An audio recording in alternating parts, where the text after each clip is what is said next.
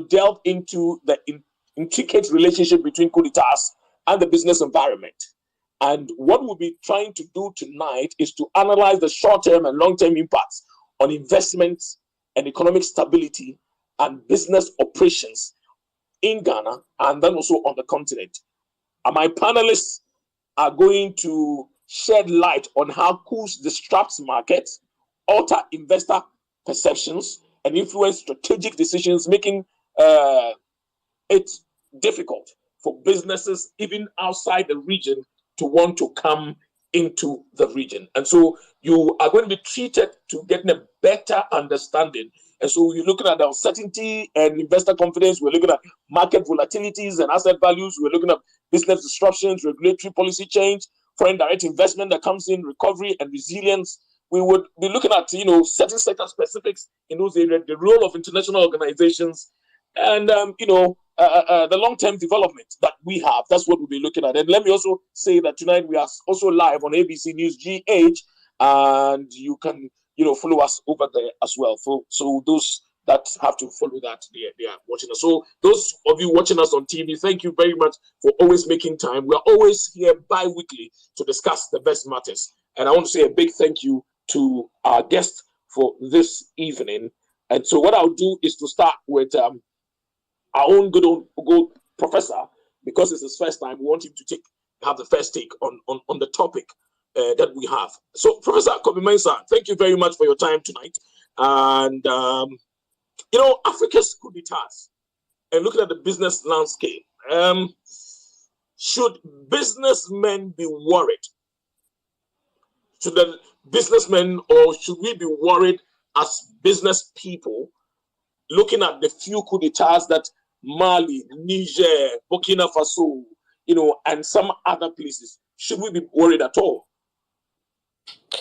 Okay, thank you, Norvan, and let me congratulate you and your team for a fantastic job done. Let me say hello to everybody on the platform, on the call.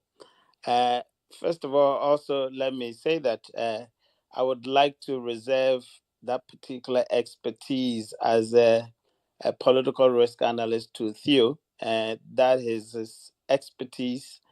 I would say that today we'll be speaking to you as an ordinary person on this particular topic, because that's not my area of expertise.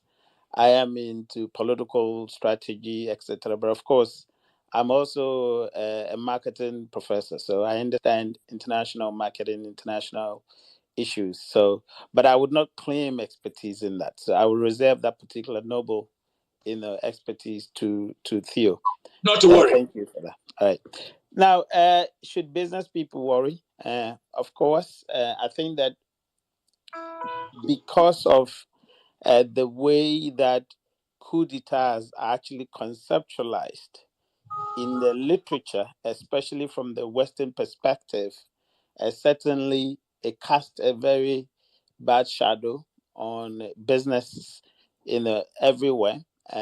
People would actually feel, and they would feel jittery, of course, rightly so, once they hear a certain military, taking over government, because in the literature of the Western people, especially, governance has to be democratic, or what we call liberal democratic governance. Any other type of governance, spells, some kind of jittery to Western, business partners, for example. Of course, internally, it would also cast some kind of shadow. Why? Because in the past, in our history, coup d'etats had actually visited very negatively and badly, on business people. We know in our history as Ghana, for example, some business owners, well-known business people had gone on to lose their fortunes. Some of them had been to the level of poverty, for example. We know that coup d'etats had actually, sort of retarded our economic progress. People would want to argue that. Of course, others would also argue that it had brought us some level of, stability, some level of, decency as a result of the period that we had gone through. So there are diverse perspectives, that you would want to put. But let me have a certain perspective. Let me put out a certain perspective that sometimes it might look like controversial, or it might sound controversial. We should know that coup d'etats are in different forms. And of course, there is a paper that had just been published. I just read it yesterday, where one of the experts in that area is actually articulating that the West must understand that not every coup in Africa is the same. There are differences in that. And they argue that even with the democratic arrangement, when governments decide to actually change the constitution and go for third term, fourth term, fifth term, etc., why don't we see that as coup d'etat, for example, by civilians? And so there could be different, characteristics of coup d'etats and their implication on the business climate. Also, let me point out that not every business actually suffer when there is coup d'etat. If you look at the sectors of the economy, there are some sectors that actually suffer heavily. For example, if you take tourism, that actually relies extensively on ordinary Western, Asian and other people coming to your country because of the releases that will come from the foreign office of that country, warning people not to, go to this particular country because of changing government, because of coup d'etats. People largely stay away. But when you look at the extractive industry, gold, cocoa, from the evidences, Western government, although they may sound the alarm, had used the opportunity of uncertainty in terms of coup d'etats to actually extract our resources at almost, negligible prices, because some of these coup d'etats, the juntas, when they take over, they're looking for funding to actually, fuel their own, military bases, to actually procure more what do you call ammunitions for their own protection, etc. And so Western government, especially the unscrupulous ones, use that opportunity of coup d'etats, because by then almost every reasonable policy had been suspended. Most of the diplomatic arrangement had been suspended. Foreign policy somehow changed in a manner. And so there is no scrutiny, on the arrangement that they arrive at with the government that take over. And so they use that opportunity to siphon our resources, our gold, our oils, and all those resources that we can think of at almost very cheaper prices. And so in some way, some businessmen, those who are in extractive industries, those who are in armament, etc., will be benefiting from the situation. Whereas in some other industries, for example, manufacturing, because people would not want to come and set up industries where maybe the junta would say that they are nationalizing those. So these areas will suffer. Tourism, manufacturing, other areas will suffer.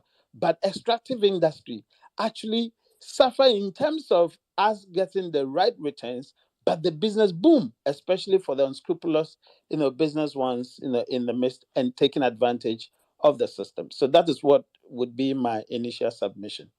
Thank you. Yeah, thank you very much, Prof. That is, if you just joined us, this is the Norvan Report Space Conversations. And tonight we are looking at Africa's coup d'etats and business landscape. And we are looking at its effect on investment and economic stability. And just the opening remarks that, or if you just bumped in, you heard Professor Kobe Mensah, who is a professor of, marketing, strategy, and all that. And also, he stops here and there. He's also a political strategist, let me put it that way. Now, we are looking at this topic, ladies and gentlemen. If you just joined us, those on TV and those of you on the call, we're looking at the impact on domestic and external investors as well. And we're going to be diving into cost of living and inflation, doing business and regulatory reforms, contract, sanctity and enforcement. Just as Professor Mensah was mentioning, impact on currency stability, that's the FX flows due to financial sanctions or country or institutions that might happen when these coups, take place. And I'll just take your mind back quickly as to what has happened to onion sellers in our country, because most of them are importing from Niger. Niger has had a coup, and then also sanctions have been placed on them. And we know what has happened. The amount of money those businessmen have lost because of the sanctions that has been placed. Because at the time, most of their trucks were inside Niger, and most of them could not make it, bringing these products back to where they were supposed to. Let me now quickly move to Dr. Kobi Mensah.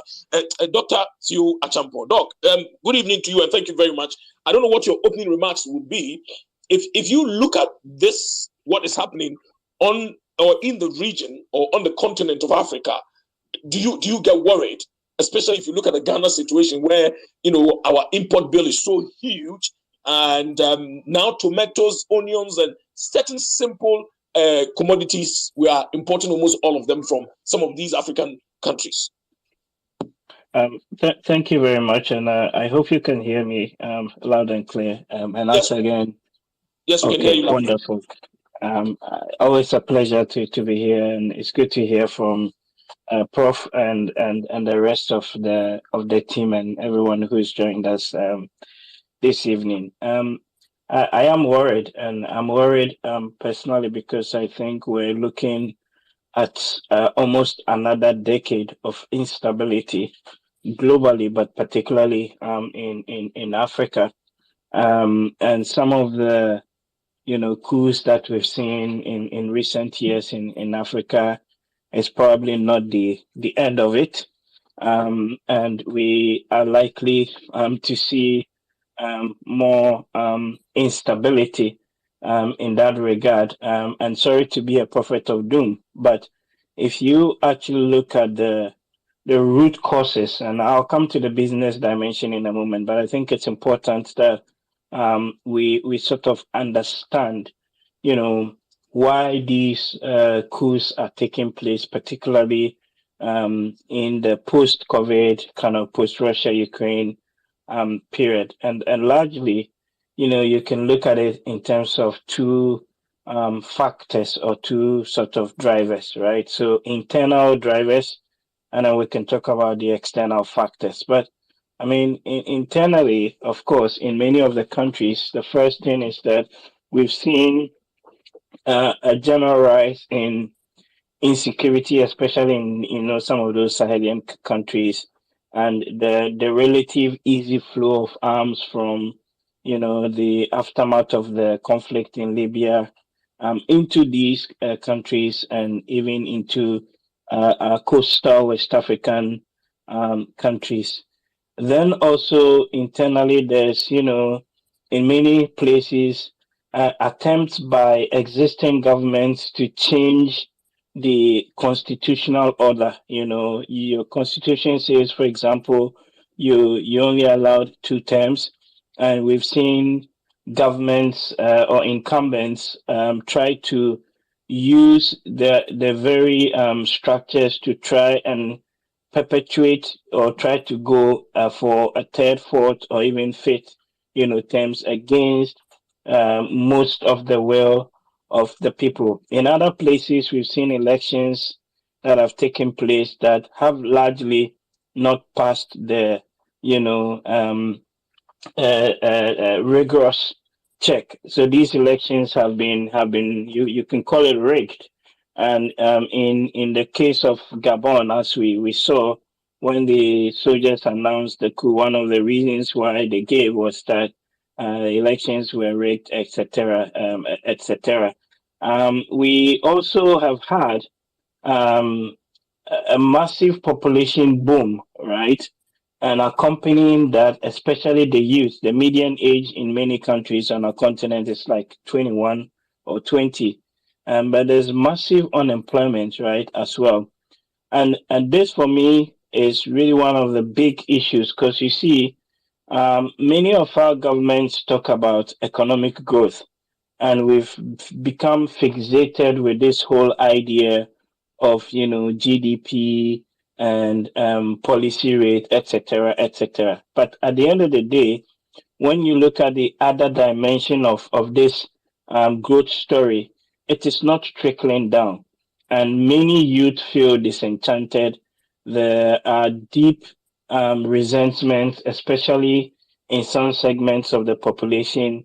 And then added on top of that, you've got the massive, inflationary pressures, in the wake of Russia, Ukraine, and all of that. So basically, what these have done, these internal factors have done, have exposed hitherto, right, many of the issues that our governments um, had not taken seriously, or tried to address. Then externally, of course, you've got the issue of the rising anti-colonial sentiment, for example, against France and others, um, and even the broader geopolitical order, where we're seeing increasing fragmentation, with China, maybe add Russia on one side, and then the West, quote and unquote, as sometimes people like to characterize it as, you know, making it much more difficult now to sort of push back against these sort of coups that we're seeing on the continent, to the effect that even some of the sanctions that have been imposed have largely not been working. So that's the broader environment that a lot of these coups and interventions have been taking place. Now, if you take these points that I've elaborated and you extend the period even from now until, let's say, 2030, and you ask yourself, are things going to get necessarily any better um, with a number of these factors? In some countries, yes, but in most of them, you actually see quite significant retrogression. So we have a semblance of democracy, quote and unquote, where people go and we vote every 4 or 5 years. However, many of the state institutions and the structures that are meant to deliver and improve the well-being of the people have not delivered the goods. So it's then very easy to see why the soldiers would, ride on the wave of populism and opportunism to, stage some of these, coups, whether successful or not. Now, the question then also then becomes, what does this then mean for businesses? And I'll wrap up quickly, and we can get into some of the finer details.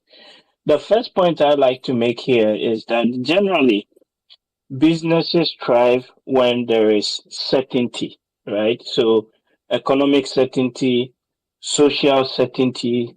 You can even add, political certainty, right? Or political stability, if you want to replace that word. So to the extent that anything comes that would cause chaos and cause instability, then would end up affecting the way businesses operate in these countries or jurisdictions, and you name it. And the empirical data or the literature on this, is relatively quite clear that in many instances where you've had a coup, you tend to see major retrogression. So the coupists come in, and they'll say, well, the reason why we're doing a coup is because of, social pressures or political pressures or the economy and cost of living, blah, blah, blah. But if you actually look at their term of office, and you do a rigorous empirical analysis, which many studies have done, and a very interesting one, which I would recommend to our listeners, there's a paper you can Google. The title is Political Man on Horseback, Coups and Development, written by the economist Eric Meyerson, from Sweden, Stockholm School of Economics. And he actually does some very interesting work and rigorous study to look at, what coups do for economic development and even the type of coup. So, for example, whether you are overthrowing an autocratic leader or whether you are overthrowing sort of a democratically elected leader. So, for example, you're having an election every 4 or so years.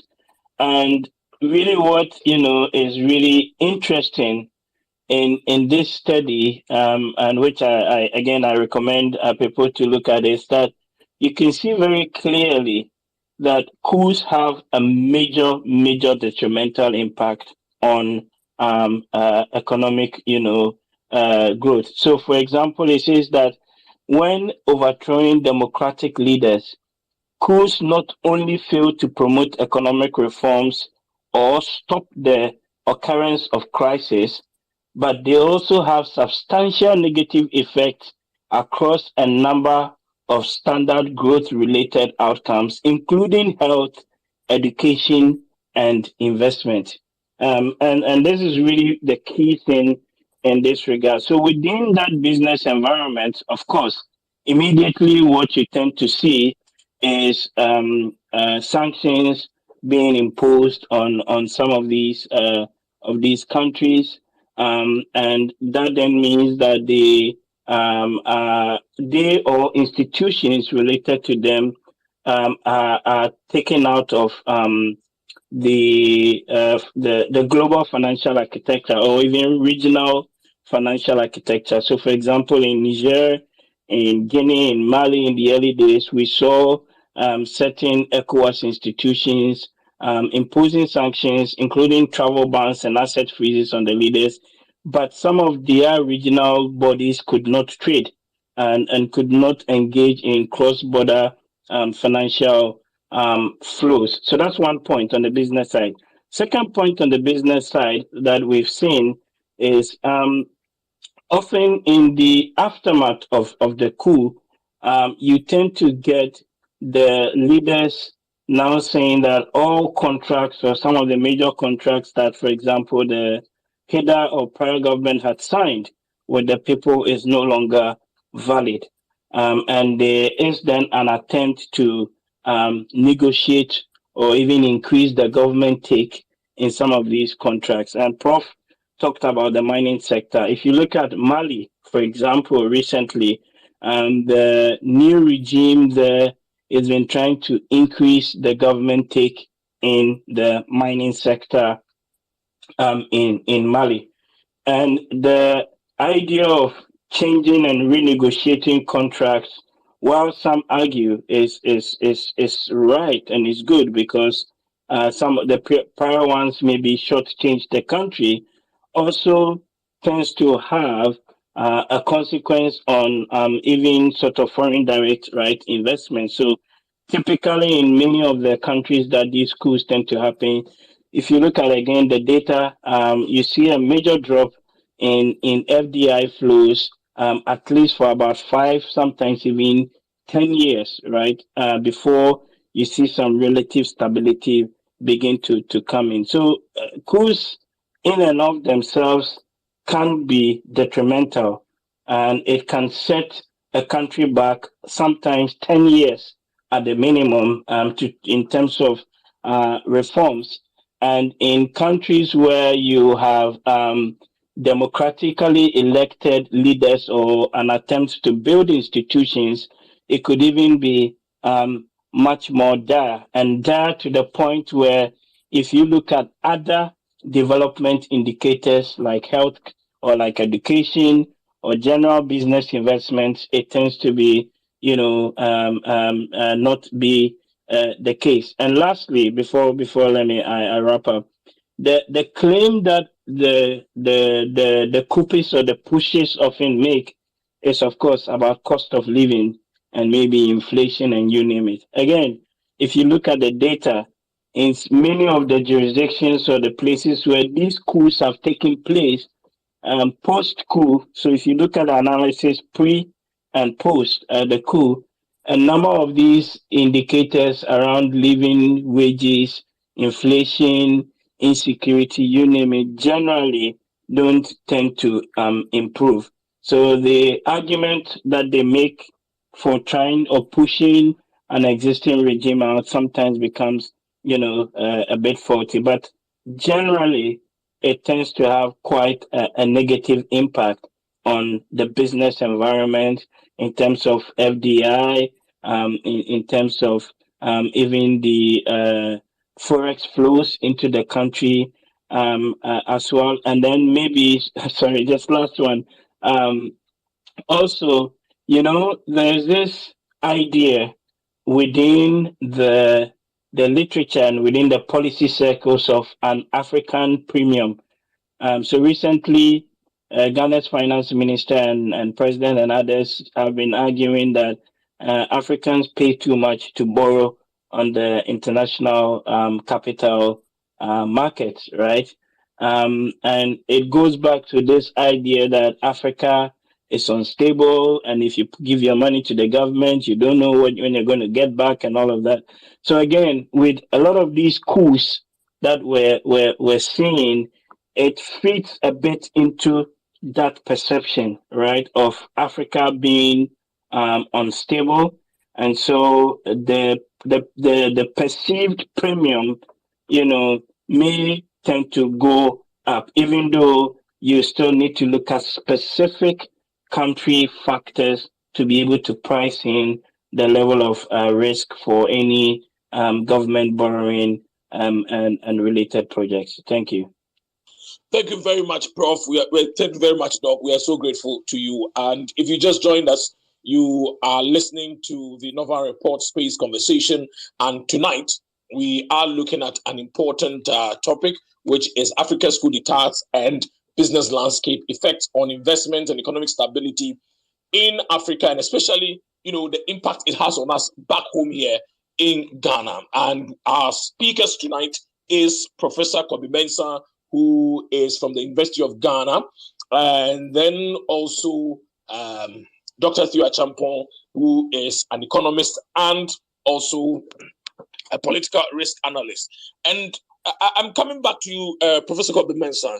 I see Dr. Theo Achampong ending on an important point, which has to do with how, if African countries go on the international market to borrow, the price, or the cost of that borrowing, how these other nations or the Bretton Woods institutions would factor in the instability in the region into a specific country. Let me ask you, from where you sit today, how would it be very difficult for you to be able to, as a marketing person, sell Africa, or let's say sell Ghana, considering the fact that within the West African region, you've had Mali, you've had Burkina Faso, and you hear of snippets of, brewing tensions around us when which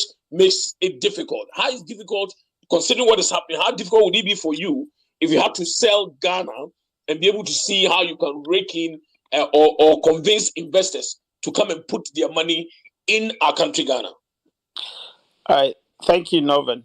I think that the point that Theo actually made, the idea that we are connected to the global, financial architecture, or you would call it the global, what do you call globalization generally, and the idea that perhaps, when there is instability in a particular place, then of course it makes it unattractive. People, or some people, might suggest that, of course, if Burkina Faso is unstable, if Mali is unstable, then of course it's safe to say that people would then, fly their capital, as we call capital flight, or, just like human beings, as we sojourn, capital also sojourn. When there is instability at one point, investors, would move their monies to other areas. Well, it's not that quite simple, because we are in a sub-region, and especially the proximity to the instability could actually potentially affect, your attractiveness. In marketing, we have something called, country of origin, marketability. And so if you have, your neighbors being unstable, then of course, chances are that you can also be, especially when it comes to Africa, where the notion of most Westerners is that our structures, our borders are porous. we don't have, better databases, tracking systems to be able to identify insurgents and their penetration into nearby spaces.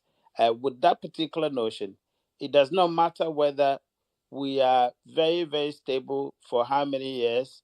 Once we have our neighbors across us being unstable, then of course we actually pushed into that particular equation, and it makes it very, very unattractive. As Theo was talking about, the way that the market works in terms of the premium. Let me give a typical example. As a consumer, when you're going for a credit, we have what is called your credit score. We look at your history, we look at your current spending, we look at your revenues, etc. And then there's an index on you to say that your credit score is at this level. That determines the interest that is put on your loan acquisition. How much you, because if you're high risk, then the company or the bank would have to put in a high premium so that they can actually recoup whatever they've given it, even if you're not able to pay, or you are delinquent within the loan period. They might have actually, secure quite a bit of their loans.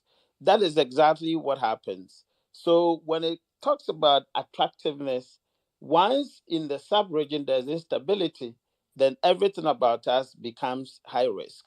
And so it makes it difficult to sell tourism, because people might think that insurgents, it would be easy for insurgents to enter Ghana if they are just by our border in in Burkina Faso. It will be difficult for you to have hospitality industry like hotels entering. It will be difficult for you to have maybe FDS in terms of, let's say, manufacturing plants, because obviously when there's instability in the country, people can't move their plants quickly over to other places. So when it comes to the attractiveness, as you said, from the marketing perspective, the brand becomes difficult to sell, especially when in Western countries they look at African brand as one.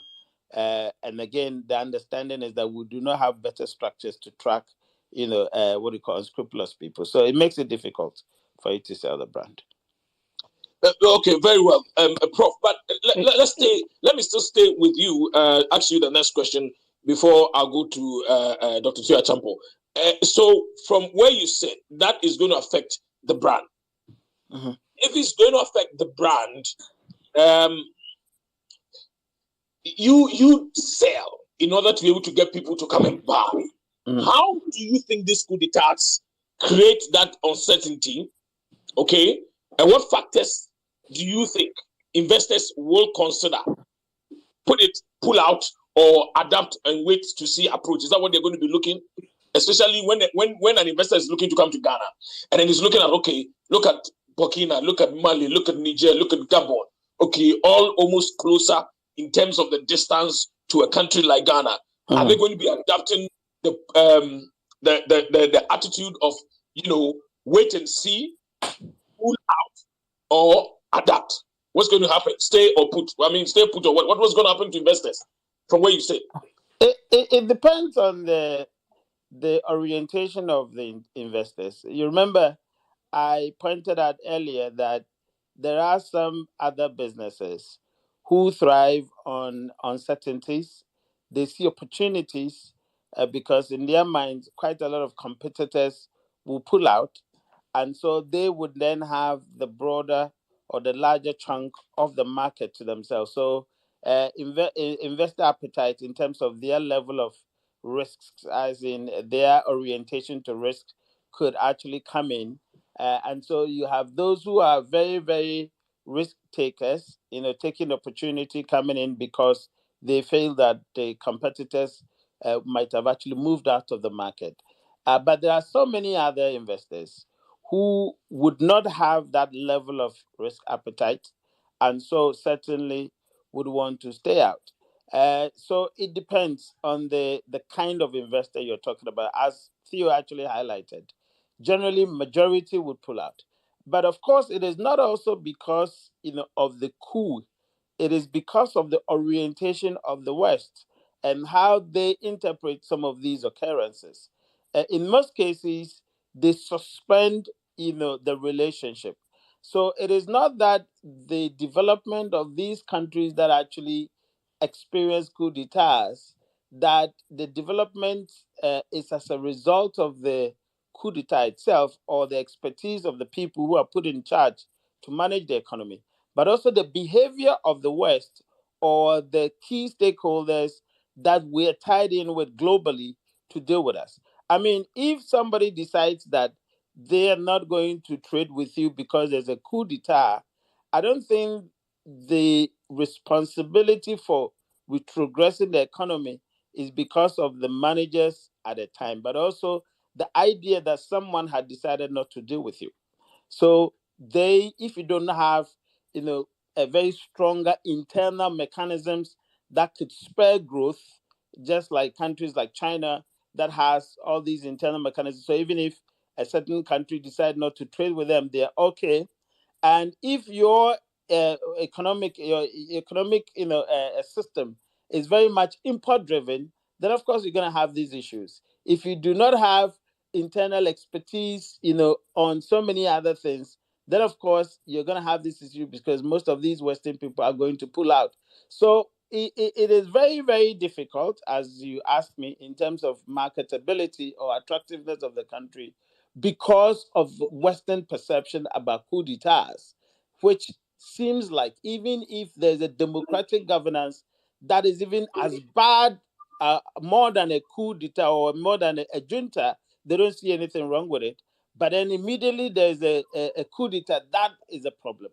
And it makes it difficult for the country to be attractive, certainly. Thank you very much. Dr. Champo, you want to say something? Go ahead.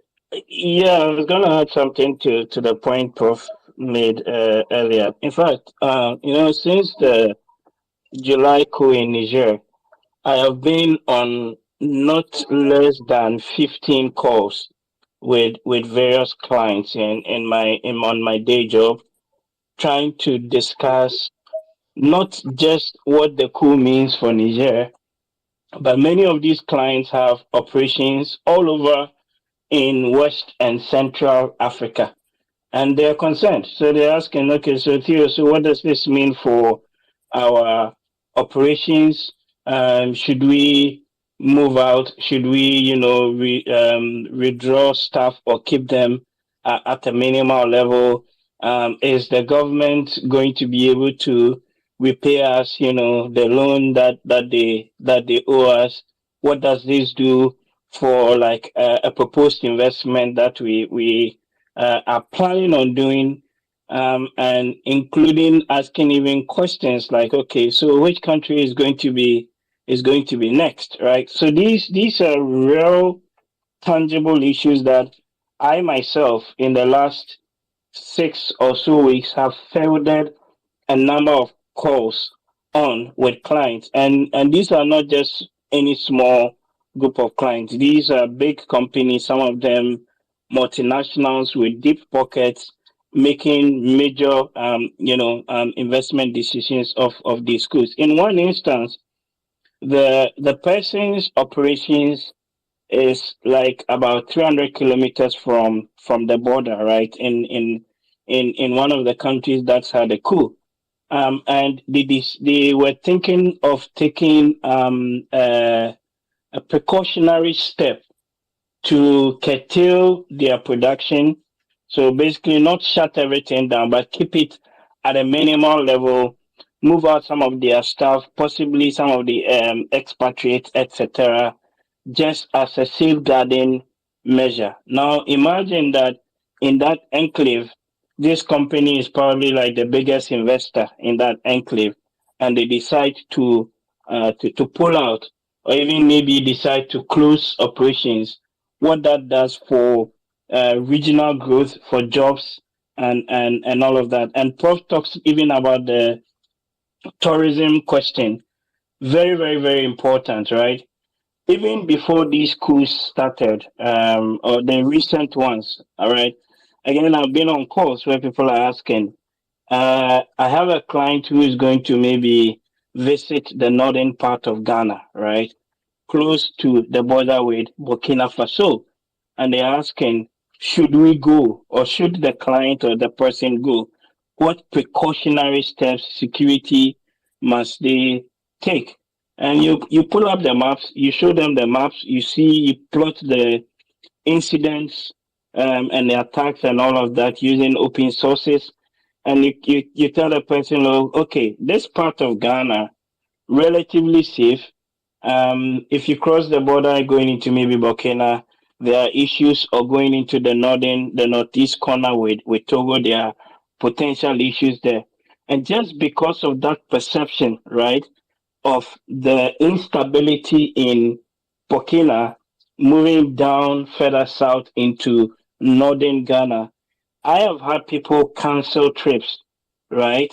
Tourism or business trips and related things, just because of this, again, perception of the instability in one country now crossing borders into another, to the point that it begins to now affect investment decisions. So it was just to give some practical examples to what Prof was talking about, that these are real tangible issues that we're talking about here. Very well. Thank you very much, Dr. Thuya Champon. If you just joined us, it is the Norvan Report Space Conversations, and tonight we are looking at another important topic, and it is the Africa's coup d'etats and business landscape effects on investment and economic stability on the African continent generally, but we're looking at our country, Ghana, because most of these coup d'etats doesn't seem to be a bit far away from us, and we are very much open to investment, and we are at a time where we even need more investments into our country. In pricing even loans for us, how does this play a role? And tonight we've understood that if you have to go for a loan from any institution or from anybody, they are going to be considering, the instability within the region, West African region, and then the Central Africa part as well, to be able to price the risk to those funds that we may have. And investors at large.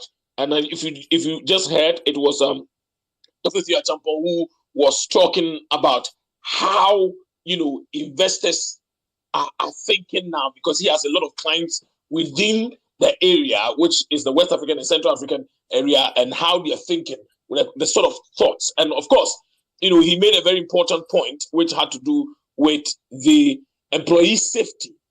Because these business disruptions, because coup d'etats bring business disruptions, and of course it disrupts the supply chain, business operations, and employee safety is also key on the agenda for these people.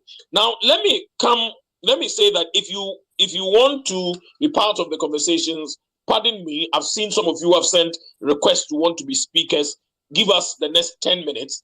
We will definitely allow you to be able to come in and also be a speaker where you can make contributions or ask questions. But for now, what you do is that if you have a question, tweet at Norvan Reports. If you have anything, tweet at Norvan Report. We'll take it and then we will definitely bring it to our guests. We're trying to just exhaust some few questions that we have for them, and then we now bring you in, because this is a conversation that all of us are having.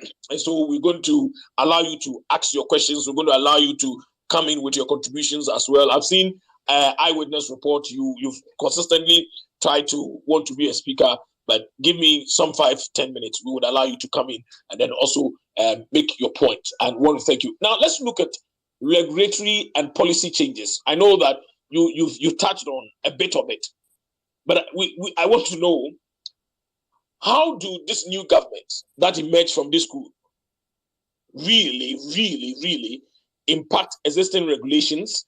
So you want to look at the tax policies and the business laws, and what challenges do these businesses face in adapting to these changes? Yes, we know that sometimes, as you said, some are going to be going and all that. So let me start that with you, Dr. Thuya Champon. Thank you once again, and quickly on that. Again, it's an issue that is quite important. So often what happens is that you don't see necessarily contracts being cancelled outright, right? It takes a while. When the coup happens, the first thing that the leaders of the of the coup would do is they're more concerned about security and stability. And once that's happened, they then move to the next theme, or the next ladder, which is to do with trying to push for some economic reforms. And within that economic reforms arena is where the issue of contracts and the issue of regulations and laws and all of that, come into place. I think I gave the example of Mali, which is a very good one, where the junta says that they are putting in place a new mining code because the old one did not serve the interest of Malians. It served the interest of, the multinational corporations. And so going forward, they are looking to increase the government take on a number of the mining projects, including gold and others in the regime.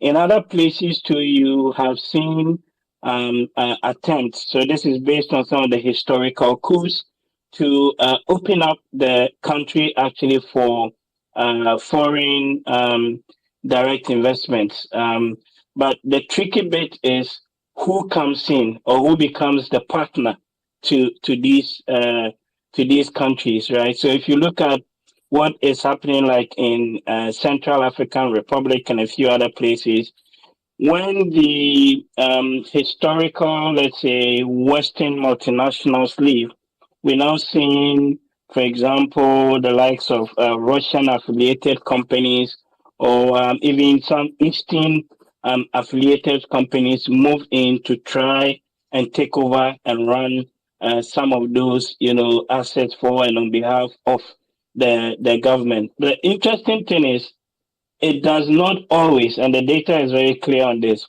it does not always translate into gains that would improve or does improve the welfare of the people. So you end up replacing one regime with another regime, but it's still really self-serving. It's still very much an incestuous relationship that is really based on entrenching and making sure that the few elites, their cronies, and that cabal are sorted out, and many of the citizens are still worse off, even though they claim to be implementing these business reforms. So often, the post coup environment in many of these places, when it comes to regulations, is challenging. We've seen, again, based on history, certain businesses being chased and being hounded out. In Ghana's own case, Prof started off giving examples of that. We had the Sians and the Boache mattresses and the likes, being collapsed during the military juntas. Similar thing has happened in other jurisdictions. So they can be quite destructive, in my view, for doing business. But ultimately, the key thing is, does it improve the welfare and the well-being of the people? And the overwhelming evidence from the literature, from practice, is that it tends to actually make things worse than it was pre coup. And the success of any coup, especially for those that overthrow these democratically elected governments, according to some of the literature that I've seen, really is dependent on they call it the pre-intervention level of democratic institutions. So, how well or how strong are those checks and balances within the system to be able to counteract or mitigate the effect of the coup? This is where I think if you look at maybe, for example, Ghana or maybe Nigeria and others, we have made quite some progress in terms of some of these democratic institutions. Although one will argue in recent times, there seems to be some deterioration, as you can see in Afrobarometer and other data sources. Professor Kobe Mensah, thank you very much, Dr. Siachabo. What do you also think let me bring you home.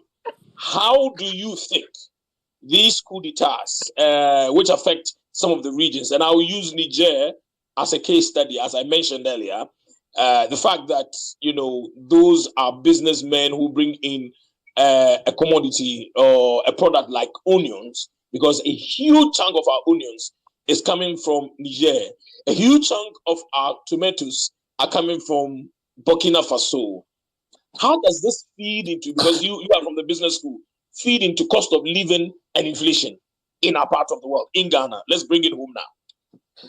Of course, thank you. Well, obviously, when you look at the regulatory regimes that actually govern the markets, be it taxes, be it import substitutions, be it the scale, etc. There are direct and indirect, of these regulations. If you take a typical example of ECOWAS markets that actually allows free movement of people and materials, clearly the direct aspect of it, which is the physical money that or taxes that importers and exporters would pay in that movement, plus the quota that are supposed to be transferred across these countries. Certainly, when a country is suspended or Niger has sanctions, then of course that is going to go up in terms of its cost, because then people are going to use unapproved routes, unapproved channels in transporting these goods and services. And as you rightly put it, immediately the the coup happened in Niger. All the trucks that are on approved routes had already been into Niger. They are stuck there, they can't move. But certainly there is some kind of movement of these products using unapproved routes or paying their way out in terms of bribery, corruption, etc. So eventually it makes the cost of doing these businesses go high. As a result, it affects the kind of price that you would actually experience in the market. It affects shortages. Now, exactly the same thing. When those sanctions happen, then of course there's going to be a diversion, because the businessman still has to be in business. Now, when they divert, they're diverting to other markets, to source for it, which probably would be far more distant and a lot more costly than where they actually sourcing it from. And so these are the factors that actually kind of hinges on some of these things and affect us back home. If you take, for example, an arrangement, let's say an arrangement with the US in terms of the agua, for example. If, for example, Niger is actually in the, let's say that Niger is in the agua arrangement, whereby a certain quota is actually allowed for their informal, market to enter American market. Immediately the coup happens, they suspend that, foreign policy arrangement, and as a result, people who actually do businesses within the AGUA framework are now going to incur more losses. Then they have to actually add those losses onto the other, markets that they can actually, confidently deal with. And so these are the implications, coming home when some of these things happen in terms of the regulatory regime. And Norvan, quick one to add, very quick point. Go ahead. We've been talking about all this AFCTA, regional integration, all of that. Look, we have to be very clear. AFCFTA, regional integration, cannot happen in an atmosphere of constant change of power and coups and instability, you Absolutely. name it, because the trade just won't happen. And you have or would have some of the regional institutions, right, putting these countries out of participating in that regional processes. So if we're talking about bringing down, say, food inflation in Ghana because you now want to trade more amongst regional peers rather than going to import that thing from maybe China or some other place, then it becomes absolutely imperative that you have an environment of stability that facilitates that trade. If that doesn't happen, then we're all actually going to be the worse off for it, because it's going to be a zero sum game. And that's one aspect that I think in some of the conversations we tend to also forget, that here we are pushing a lot for regional trade, regional integration, all of that. But these schools, these things set us back actually quite a big deal. Yeah, I was actually going to come to that point because that was another area I wanted us to discuss. That the AFCT is supposed to bring all of us together and then give us a common platform to trade among ourselves, because we are made to understand that if Africans should be trading among ourselves, it's even far better than these kind of deals that we sign with these blocks from the diaspora. From where you sit, Dr. Theo Achampong, you have stated that it's not going to happen. How does this even affect just the sub-regional blocks itself? Look at East Africa, look at the SADA, look at the West Africa, the ECOWAS, and then the Southern African and the Northern Africans. How does that affect us even trading amongst ourselves? One, because as you said, the regional blocks or the regional organizations like ECOWAS and the rest are quick to quickly put sanctions, like what is being done as far as one of the countries is concerned. You see that the ECOWAS blog is very forthright, wanting to deal with these our brothers and all that.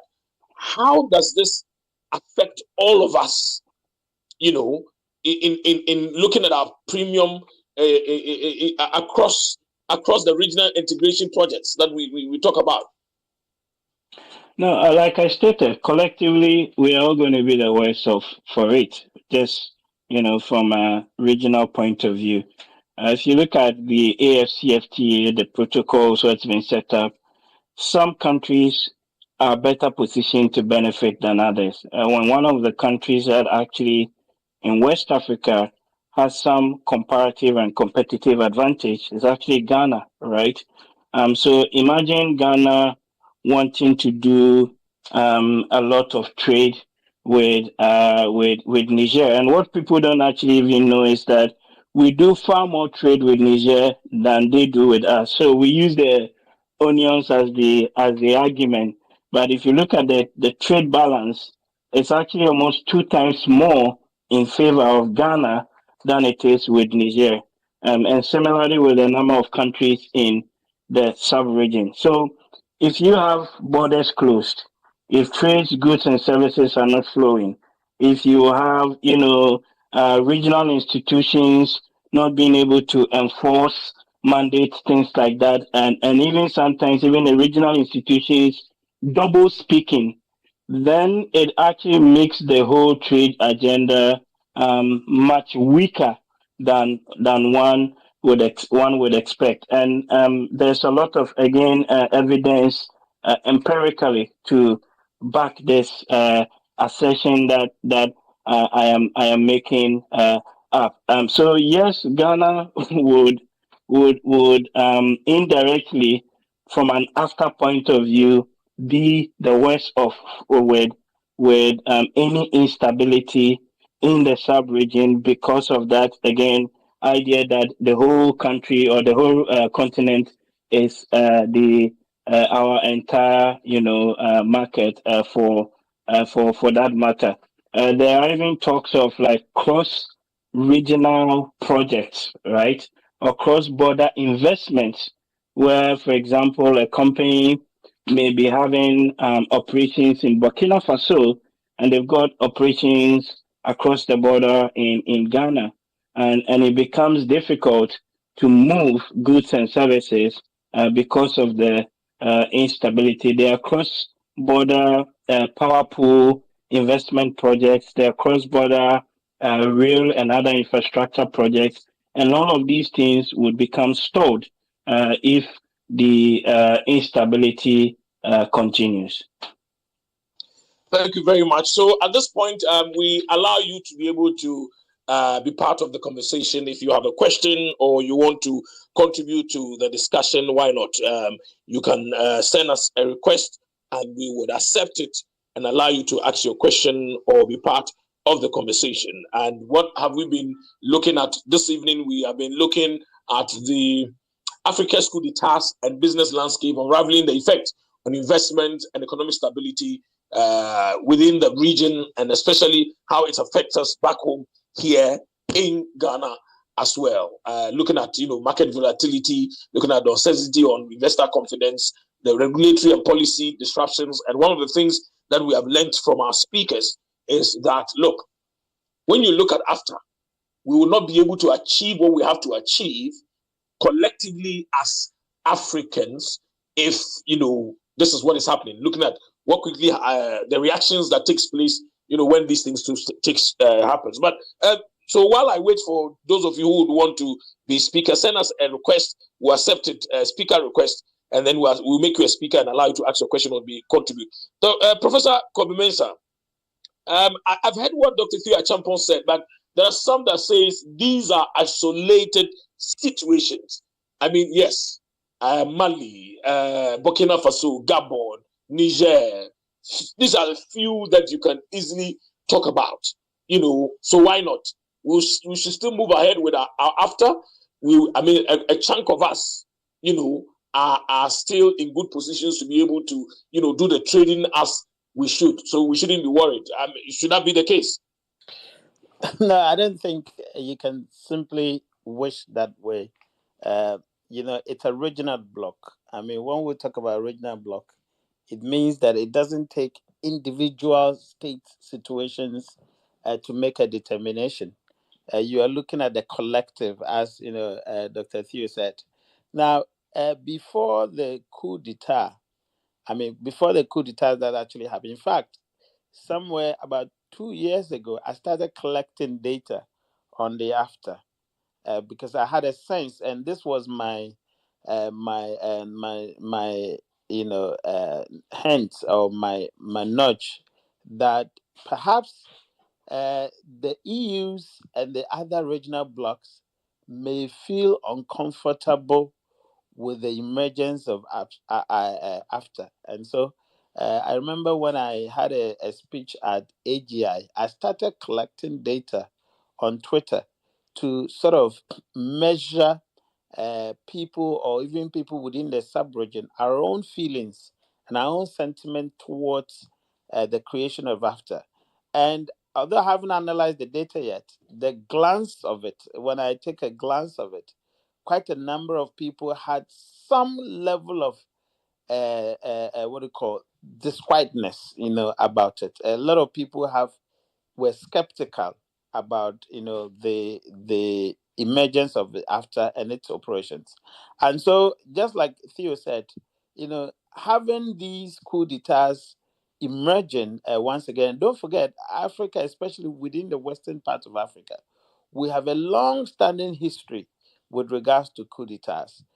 We started, as the finance minister would say, we started bending the corner just quite recently, and then of course we've sort of fallen back into it again, and that is worrying. So it is not simplistic to say just some few countries. Majority of us are in clear or are in the clear, and so we don't. It doesn't matter. We should move on. It matters because if you look at the way regional markets work, regional blocks work, you need certainty in the market for it to function properly. Now, if there isn't certainty in the market, you're not going to have a fully functional, what do you call after, because those who have actually signed the treaties, for example, as Theo said, if Ghana is trading and benefiting twice, from Niger, then of course you would expect that if the after had taken place without these uncertainties, we probably would benefit more. Now that coup d'etat has actually come into Niger, then of course there's uncertainty, and so it's going to actually affect the fully functional, behavior of the market. As Theo said earlier, markets work in functioning society, and I listened to, there was I think CNN, excerpt about a politician in Asia who said that when he was a businessman, businesses function in certainty, in what it calls places of certainty, but in politics, politicians actually, like uncertainty. That was his description. But of course, as Theo said, every market works in certainty or in a very stable environment. And so it is quite worrying if we're talking about AFSA, and then what do you call after, and then we have these things happening. It is very, very worrying indeed. Thank you very much. As I've indicated, if you have a question or you want to be part of the conversation, just send us a request and we'll allow you, because very soon we will be bringing the conversation to a close. Dr. Fia Champo, let's bring this home. How does this affect the investment climate in Ghana and economic stability with all that is happening around us? Because Burkina is just above us. Mali is above Burkina. Go a bit to your right if you have the map facing you, and then you're seeing Niger also right there. And all these places seem to be having challenges. How does it affect us? How should that be our business as Ghanaians? Oh, it should be our business, and it always has been our business. Because remember that Ghana is always and historically been seen as the oasis of stability in the sub-region. There's been a lot of challenges in many of the countries. The coups are a recent phenomenon, the recent ones. But if you look at it more broadly, Ghana is looked at favorably in terms of investment flows. And even many of the investors, whether they are foreign or local, tend to prefer Ghana to set up their base to expand into the regional sub-market for that matter. And that actually is a positive and something that we shouldn't lose sight of. I have argued a few days ago that Ghana has its own internal problems or wahala that we were dealing with, from the domestic debt exchange and the recent economic crisis and the inflationary pressures and all of that. And in many of the investors that I have spoken to, that tends to be the major preoccupation when it comes to Ghana. That when is the corner going to turn, or the tide going to turn, so that we see some relative stability on the macro and the social front in Ghana, against the prospect of the election next year. So we still have some, I call it, there's still a peace premium that Ghana still has, and something that we need to push for. Also, all of the things that are happening in the sub-region, I said this much earlier, it fits into the perception of West Africa being unstable, and you name it, and all of that. But I think once you peel away that perception and you look at, specific countries, I still think that Ghana is still looked at much, much, much favorably by investors. The one thing that one or two investors have indicated really is the fact that now, if they want to expand regionally, it's going to be a bit challenging to do it, maybe say in Mali or Guinea or Burkina Faso or Niger. So it means that they still have to concentrate their markets for the time being on the coastal West African countries, so Nigeria, Ghana, Cote d'Ivoire, and others for the time being. But yes, we still do have quite a good, a peace premium in the sub-region, and that's something we must all actively fight to protect. Very well. Thank you very much. Let me take Mike Ampeni's comments before I come to you, Lois, who I'll allow you to unmute yourself. Now, Mike Ampeni writes, he says, what is happening seems to be similar to the Cold War era of coups post-World War II. It was also later linked to an energy shock and a debt crisis in the 1980s. Given our demographic issues and a similar environment now, is the future bleak? Is the future bleak? Let me allow you, Dr. Chia Champon, to try and answer this question. Then I'll bring in Lois. Oh, yes, yes. That was the first remark I made very early on, that in the next 10 years, where there is going to be more instability. And there's still a few countries in the sub region and beyond that, have question marks, right, around that.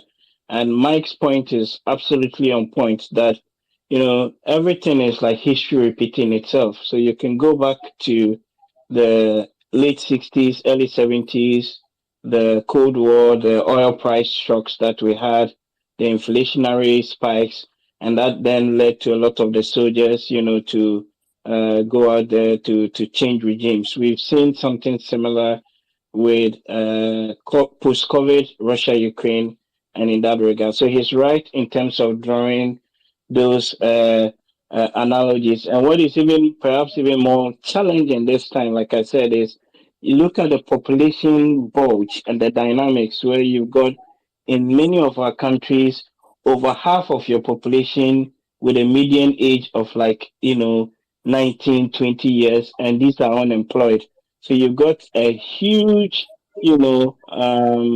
potential bomb sitting on your hands.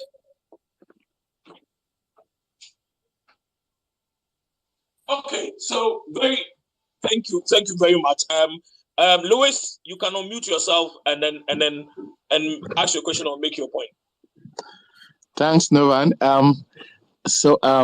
I joined a bit late. Sorry. I wanted to find out first of all, what we think is contributing to the new taste for coups on the continent. And secondly, I want to find out what you think will be the implication for Ghana's intervention in terms of contribution of troops to the ECOWAS force. I don't know the status of that now. I mean, I've not heard anything since the meetings were held in Ghana about the intervention. We don't know the status, but the last time I heard, Ghana was contributing troops. What would be the implications going forward? Thank you very much, Louis. Professor Kobmensa, would you want to give it a go, please? Yeah, okay. Louis, with regards to what is underpinning these states, of course, we have seen bad governance as one of the core pillars. If you take, for example, what do you call Burkina Faso, if you take Niger, these soldiers who took over had actually accused, those governments for being puppets of the West, especially giving too much room to France, for example. Same way with Mali, they have attributed that, to that. As Theo said earlier, majority of these mutinies, when they take power, they talk about social issues. The idea that the people aren't benefiting from what we call democratic dividend. I had always said that we have mastered what we call procedural democracy. We had mastered the art of public discourse, which we call it part of democratic processes. What is left is the dividend democracy, the idea that if the people pay heed to democratic tendencies and play their part in voting, then they expect the politicians to play their part in making sure the policy benefits the people, the democracy that they've asked us to actually conform to actually benefits the people. And that's that aspect that hadn't actually, arrived at. We haven't actually arrived at that. We haven't actually, satisfied that particular demand, and so, resulting in, the military, saying or assuming that they are on the part of the people, and as a result, stepping in. So bad governance, what do you call, regimes have changed constitution several times to allow them to actually, rule. Of course, they've been puppets of the West, which is the accusations of these mutinies, and these are some of the reasons why. In terms of our, contribution to troops, I have no idea, and of course, its implications, I cannot tell. I think I will leave that to security experts to actually talk about those ones. Dr. Chiachampo, I want you to come in here when it comes to this implication issues. You are a political risk analyst. How does this affect us going to contribute to troops to such an agenda, knowing very well what probably is going on in these countries? Now, in some of these countries, you've seen the citizens, get on the streets and they are very happy that the militaries have taken over. And so if citizens are praising and are raising their hands, thanking God some way, somehow, or their gods, why this issue of wanting to go and fight against not just a military junta, but a whole country? First of all, I think, and I stated this from the get-go, in the case of Niger, that the military intervention by ECOWAS wasn't going to work. It was just more of posturing and trying to send a signal that would get the putschis to come to the table to sort of negotiate. So in game theory, there's something we call a credible threat, and I don't think that that threat is credible to the point that it would actually see troops, going in to try and overturn what has already happened. Number two, we're already in the 7th or the 8th week, right? Almost probably 6 or a month and a half since the Niger coup. Normally, if there was anything like that that would happen, it would be within the first, couple of days. So I still am of the view that I don't think that we're going to have a regional force going and overturn things in Niger, and rather it's going to be solved diplomatically rather than militarily. But one of the principles, with all these regional organizations which Ghana signs to subscribe to, is that there's a collective decisions that they make, and that every country has to contribute some troops to regional peacekeeping missions and interventions and things like that. In the past, Ghana has been a part of some of these regional peacekeeping missions, to the point that even when Yaya Jammeh didn't want to, live in Gambia, there were ECOWAS troops that, literally mobilized and wanted to get the guy out. But Gambia is no Niger, in terms of size and in terms of the land size, and then the size of the army and resources that they have to fight. So I don't think that a military intervention would happen because it's not a credible threat. The second point about the democracy and the factors which Prof talked about is that the democracy we have been practicing in Africa over the last 30, 40 years just has not delivered the goods for many of our people. If you look at many of the development indicators, and that's one of the things that I spend my time, doing analysis and cross-tabbing, and you can corroborate with Afrobarometer data and others, right?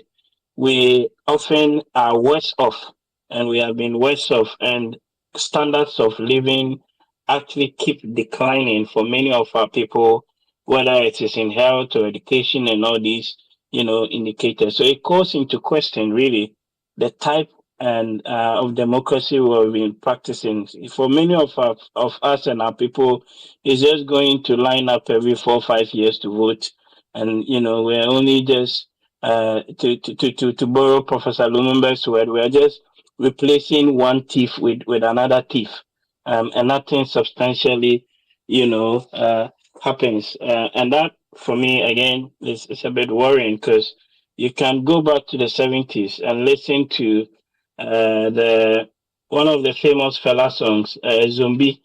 And if you look at the lines in that fella songs, it's quite interesting. But basically, we've got governments and in many of our countries that are just not delivering on the social contract with their people, and that always Okay, then means that you're creating an atmosphere for potential, coupists to make a stake. okay, great. Emmanuel, can you unmute yourself and ask your question, please? Hi, good evening, everyone.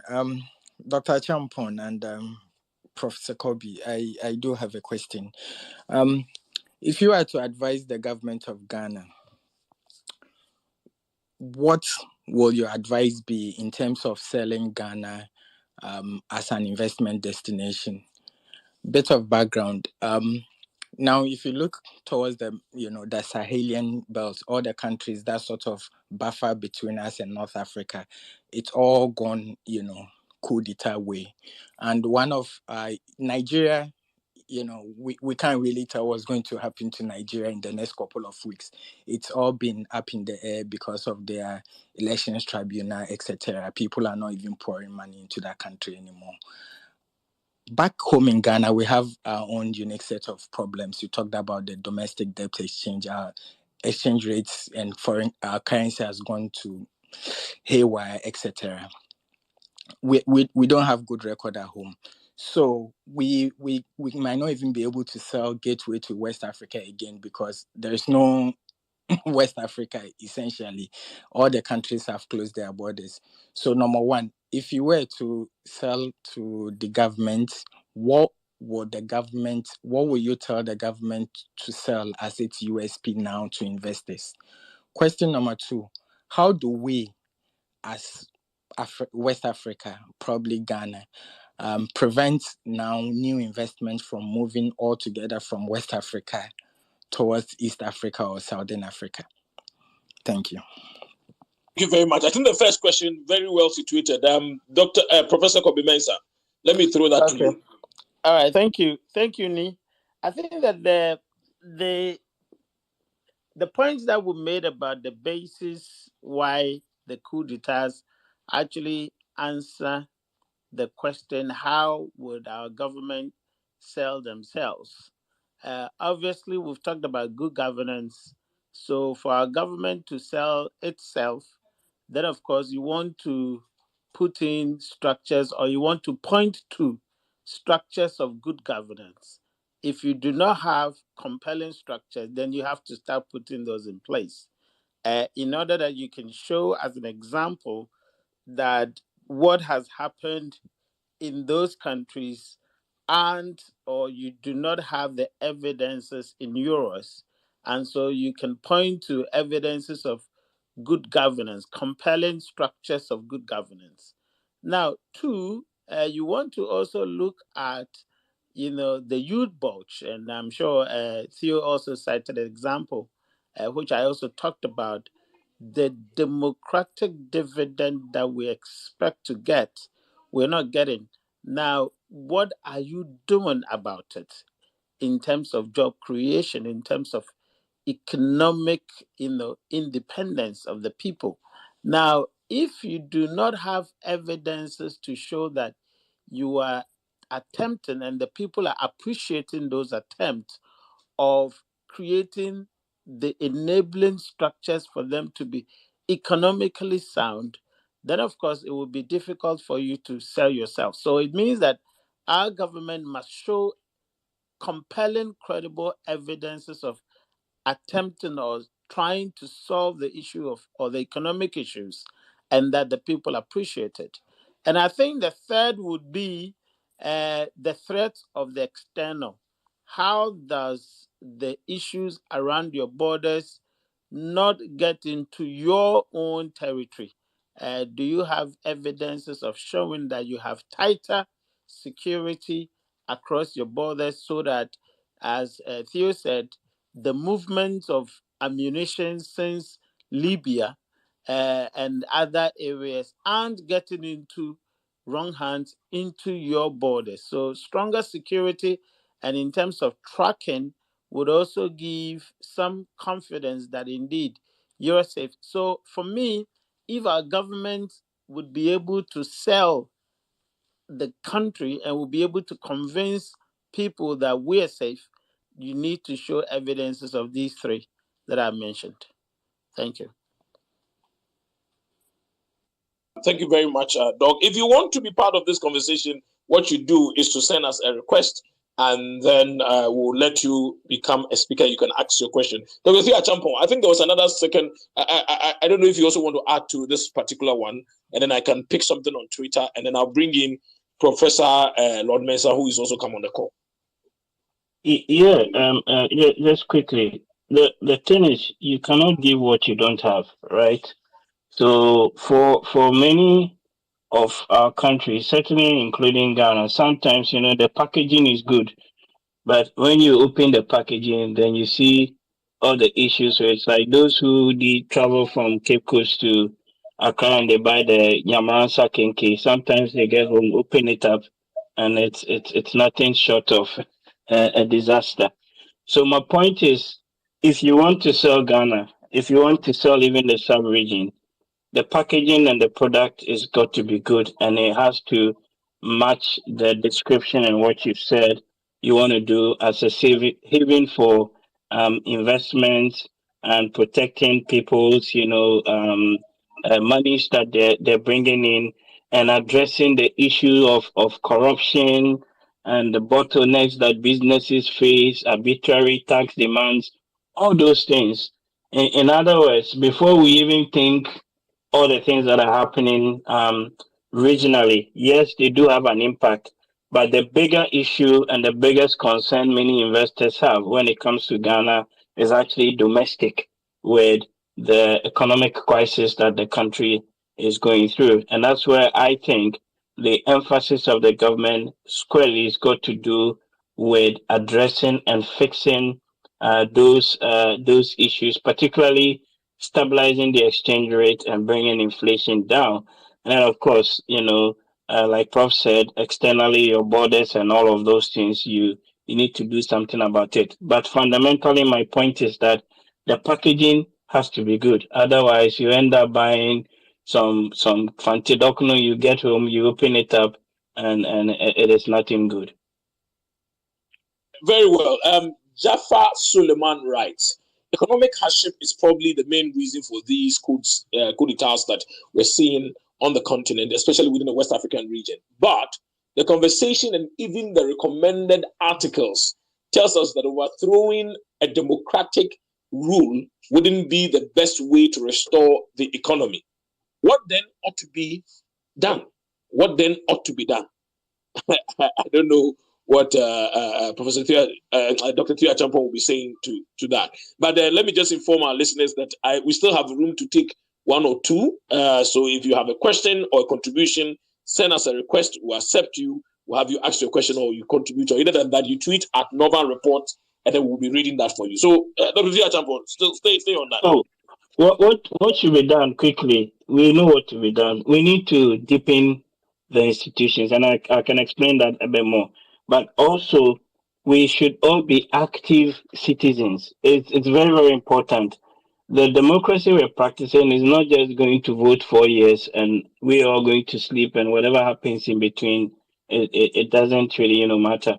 We should get to the point where if things are not working, all of us collectively as Ghanaians are able to voice our opinions, protest, demonstrate, do whatever that we can to force the government to deliver the goods and to implement the right policies for the people. Because what you have now is you have a few elites and their cronies that have hijacked basically, all the levers of governance. And that is why you have some of the coups taking place in some of those countries. So yes, development and the building of the institutions, but importantly for us also as citizens, we have an active role in all of this, equation that we're trying to square here. Because, like he said, the evidence is quite clear, that military regimes are not necessarily the savior for many of our countries. Okay, thank you very much, Dr. Thea Champo. Professor Lord Mensah, I think I want to throw the same question at you, looking at if you are a professor of finance, and from where you sit, looking at the Ghana situation and what is happening around us, yes, coup d'etat is not an option, but then what is the best option? What must be done to preserve the resilience and economic economy? Let me put it that way, of our country. All right, thank you very much for the opportunity. I didn't come on board early, but then I think my colleagues have discussed thoroughly the topic at hand, and I can say that yes, indeed. I mean, coup may not be the ideal, way of, getting the economy or getting the economy back on track. In fact, it even prolonged, the correction of the economy. But let's also appreciate, this on the ground. We've gone through cycles of elections, and the electorate must, I'm not an election expert, but we must understand that the people we choose to rule us, determines the outcome of the economy. And I always, make this statement. Anytime we have election spending going up, corruption increases in that government that takes over, administration of the country. So our elections must not be influenced by vote buying. And I always say that, we are selling democracy.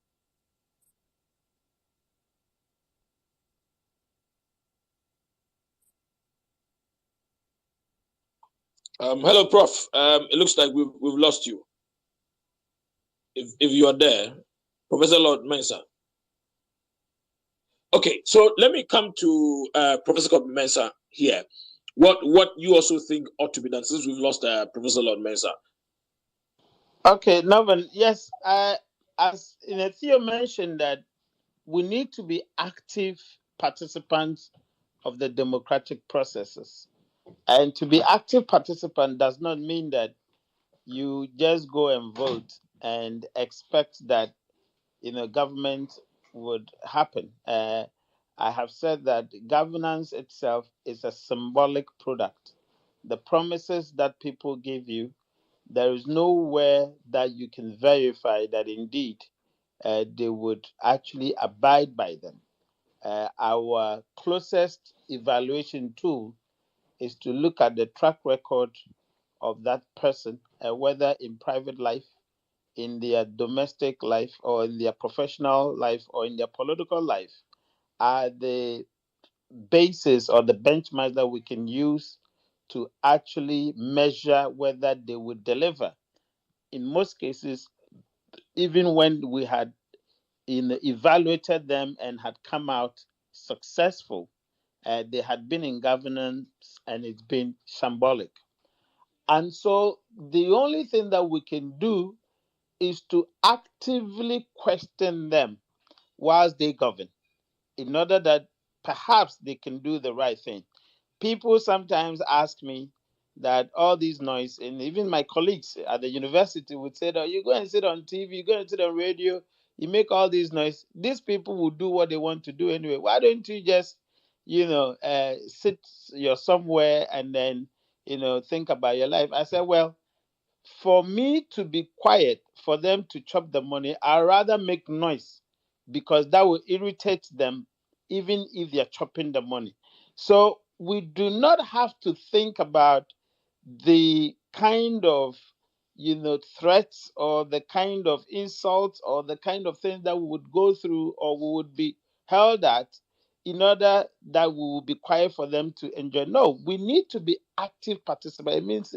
It means that we need to question, we need to demonstrate. Look, I teach political communication, and I tell people that look, the best communication that the politician actually hear and would abide by is demonstration. If you look into the literature, you would see that almost every big political decision did not happen without demonstration.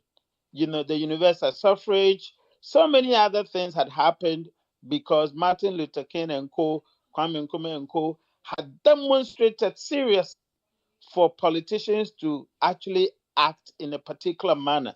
So, what ought to be done is that we need to be active participants in government. It doesn't mean that we have to be part of the government, but we need to be active stakeholders to make sure that we can breathe on the backs, on the necks of the politician to do the right thing. And that's why I will continue to speak, I'll continue to criticize, I'll continue to call for some good things to be done in government. All right, thank you very much. I think that we have to bring the space to an end now. But just before we go, I want to take the closing remarks from you, our two esteemed guests, that is Dr. Theo Achampo and Professor Kobe Mensah. So, Dr. Theo Achampo, very finally, you've offered us a comprehensive, understanding of what these coup d'etats are and how they affect business and landscape. And you've tried to address both the challenges and opportunities that arise, in the wake of political instability. What finally would you say should be the way to go, dealing with this canker?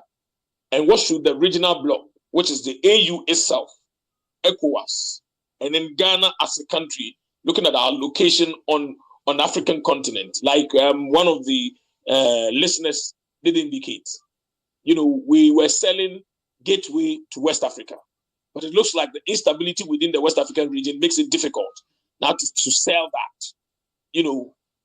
What do you think we do? And this particular one, this gateway, I want to ask Professor Kobe Mensah, for him, when it gets to your turn, you tell us what will be the one word you couch that in this instability era we can use to sell Ghana and attract the investors to ourselves. So let me start with you, Professor Dr. Theo Achampo.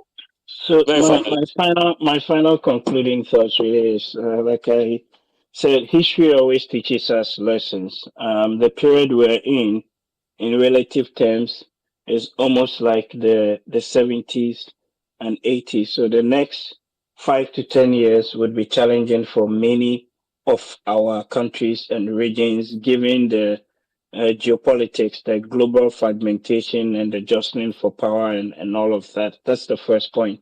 The second point is that we need to demand more from our governments. And the way to do that is to push for reforms. Especially in the case of Ghana, we need major constitutional reforms. The 1992 constitution hasn't delivered the goods when it comes to economic prosperity for many of our citizens. And that is the starting point for us to drive the change that we need. I don't think that the change would come through by the military in that regard. We should use the existing processes to push for the change, and if that means amassing on the streets, if that means protesting, if that means staging, walking, sit downs, you name it, then so be it. Because at the end of the day, the country is not just for a few people. The country is for all of us Ghanaians, and it must deliver for the majority of the citizens of Ghana, and not just a few. Prof. Okay. Well, I would, continue from where I left in terms of, the democratic dividend. Now, I will give you guys a small assignment. Go and check when the Vision 2020 was presented to Parliament before the gateway to West Africa. The first Ghana's, vision of development in the Fourth Democratic Republic Constitution was presented to Parliament, I think in 1995. I think at that time I was just about finishing SS. Now, I remember clearly when the Vision 2020 was launched, at that time we had Ghana Railways, which I fondly remember because the trains definitely, I mean, literally passes, they pass, in front of my door because Nita Credit, that's where I live, you know, definitely we had shipping, the Ghana Black Star Line. We had a number of ships available. We had Ghana Airways at the time. We had so many, businesses at the time when the Vision 2020 was launched to the Parliament of Ghana. Now, since then, go and check, we are in 2020 and above. Now we're in 2023. Go and check whether any of these institutions are available. The Ghana Airways has collapsed, Black Star Line collapsed, Ghana Railways has collapsed, Manganese has collapsed, Bauxite has collapsed. I can tell you. So many businesses that actually thrived in my own town, in Itakradi, where a lot of people used to work in these companies. None of them exist. So that tells you how far we have retrogressed, even in democracy. Even in democracy, this country has gone back and back and back and back. When you look at the Vision 2020 as the benchmark, where we said that by Vision 2020, Ghana was supposed to be at a particular place in terms of development, we rather had gone back because most of these businesses that existed at the time when the document was submitted to Parliament have collapsed. So we need, as young people, to stand up. We need to question the politicians. We do not have to be quiet because people will insult us, because people will say we belong to NDC or MPP. We have to question them and let them deliver because majority of us are doing our side of the bargain. We are agreeing to the democratic processes. We are paying attention. We're going to vote. We're doing all that is required of us to do, but the politician is not doing their bit of the bargain. We need to question them. Thank you. Thank you very much. Right, Norvan. And so let me just take the closing remarks from Professor Lord Mensah, who has just joined us. Yes, In Norvan. 2 minutes. Sorry for the interruption. So I was making a point that, as far as our elections are driven by, money, it will be always, a problem, to get the right people ruling us. And so we should stop monetizing, our democracy. And looking All at right. how Coup can, have impact on the business landscape in, let's say, in Ghana. Now, for the past few years, my research has been on, noise transmission. I mean, if I say noise, I'm talking about risk transmission across the African continent. And clearly, before even the coup d'etat, there has always been that kind of, connectivity among the various African countries and, how businesses spill over across the various, countries. Now, I heard, part of the conversation looking at somebody asking, how would we package ourselves to attract investors? The question we need to ask ourselves is, what type of investment are we looking at? Are we looking at portfolio investment, or are we looking at foreign direct investment, somebody coming to set up his own restaurant here, making money out of it?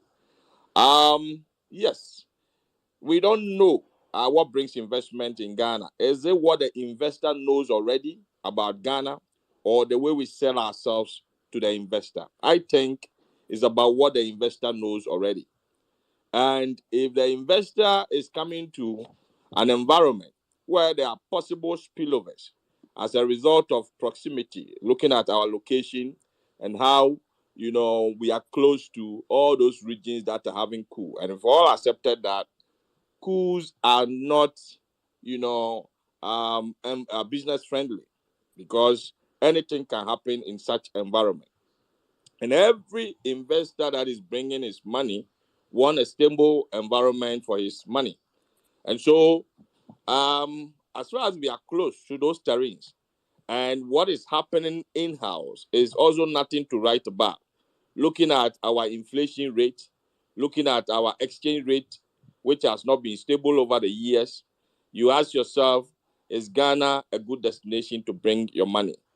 Where I sit, for now, we shouldn't waste too much of money to sell ourselves. Because selling yourself, you may not attract the investors that you are looking out for. But then we should spend more money to repackage the economy, to ensure that the economy becomes attractive, so that those indices that investors look at to determine where they should send their money will be improved, and by so doing, we can attract investors. So from where I sit, it's not about what we sell out there. Ghana is a destination of, A, B, and C that will bring the investor, but rather it's what the investor knows. We should spend more time to make sure that, we improve the business-friendly, indices that we have as we speak now. But that's all I can say. Looking at the time. Thank you. Thank you very much, Professor Lord Mensah, and we're grateful to you for making time to speak to us. We're grateful to you for making time to speak to us tonight, and we thank our other guests, Dr. Theo Achampo and Professor Kobe Mensah as well, for making time for us. We've been looking at the important topic which has to do with Africa's coup d'etats and business landscape, unraveling the effect on investment and economic stability in Ghana. Ladies and gentlemen, I want to thank all of you for making time tonight. We are grateful to you as well who have stayed on with us almost the last almost 2 hours. We are grateful to all of you for making time. Yes, Prof, I am on. We are just closing So we want to thank all of you for making time and being part of tonight's program. We're grateful to you for your time. And until we meet again, we want to thank you for your time. This has been a Norvan Report Space Conversation. And as usual, we come to you bi-weekly. And so we'll obviously be coming your way again in the next 2 weeks. Make sure that you can always visit the Norvan Reports website. It is www.norvanreports.com, and you can always get all the news that you are looking for. Business news and what is happening in Ghana, across the continent, and then also across the world. We'll bring you tidbits of news. Remember, the Norvan Report is a unique data, business, and financial portal aimed at providing accurate, impartial reporting of business news in Ghana, Africa, around the world. And we do this from a truly independent reporting and analysis point of view. My name is Norvan Akwahi. Until we come your way again,